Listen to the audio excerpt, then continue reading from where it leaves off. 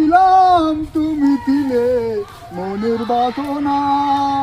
কুদুস কুদুস, আমি তমকিও দিছি না। স্কুল যাচ্ছি হবে? ওরে না না, স্কুল টিস্কুল যাত পাবো না, নিজে ভাত খেয়ে পরে হাতে মার খাবো না আমি। সাতু দি যায়নি। ওরে না, আমি যাবো না, তুই তাহলে তোর চোখ ছুঁই কদিন। চোখ ছুঁই করছি, সাতু দি যায়নি। তাহলে চল।